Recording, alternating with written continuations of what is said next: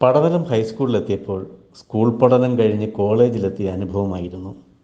ഒത്തിരി കെട്ടിടങ്ങൾ, ക്ലാസ് മുറികൾ, നിറയെ കുട്ടികൾ, പ്രകൃതിരമണീയമായ ചുറ്റുവട്ടം. അടിമുതൽ 4 വശത്തേക്കും ശാഖകൾ വിടർത്തി തലകുനിച്ച് എല്ലാ ദിനവും നമ്മെ സ്കൂളിലേക്ക് സ്വീകരിക്കുന്ന മുത്തശ്ശിമാവും, ചുമപ്പും മഞ്ഞയും പൂവുകൾ വിടർത്തി പരിലസിക്കുന്ന വാഗമരങ്ങളും വർണ്ണാഭമായ കാഴ്ച സമ്മാനിച്ചു. വസന്തത്തിൽ വാഗമരങ്ങൾ ഗ്രൗണ്ടാകെ പൂക്കൾ വാരി വിതറും. എന്നോ ആ പൂവിൻ്റെ ഉള്ളിലെ തന്തകമെടുത്ത് തോട്ടിപ്പിടുത്തം കളിച്ച മങ്ങിയ ഓർമ്മ. അറിയപ്പെടുന്ന ചിത്രകാരനും ശില്പിയുമായ ശ്രീ രാജീവ് കോയിക്കലിൻ്റെ എഴുത്തച്ഛൻ ശില്പം സ്കൂൾ മുറ്റത്തെ ഇന്ന് കൂടുതൽ സാംസ്കാരിക സമ്പന്നമാക്കുന്നു. അത് ഞങ്ങളുടെ പഠനകാലത്തിന് ശേഷമാണ് നിർമ്മിക്കപ്പെട്ടത്.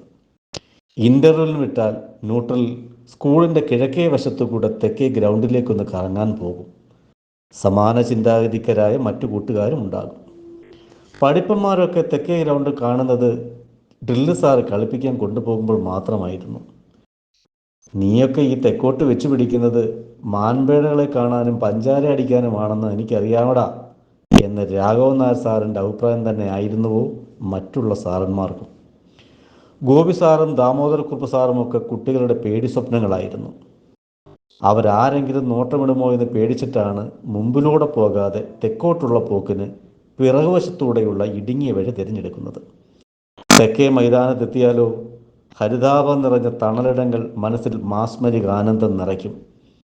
പുല്ലാഞ്ഞികളുടെ കനത്ത വള്ളിപ്പടർപ്പിനാൽ വിവിധ തരത്തിൽ ഊഞ്ഞാലി തീർത്ത കാഞ്ഞിര മുത്തശ്ശൻ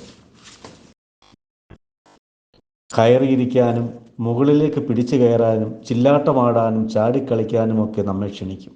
എത്ര പ്രാവശ്യം പിടിവിട്ടും ഇരിപ്പുറയ്ക്കാതെയും താഴെ വീണിട്ടുണ്ട്. മൂട്ടിലെ പൊടി തട്ടിക്കളഞ്ഞിട്ട് വീണ്ടും മത്സരിച്ച് കയറി ഇരുന്നിട്ടുമുണ്ട്.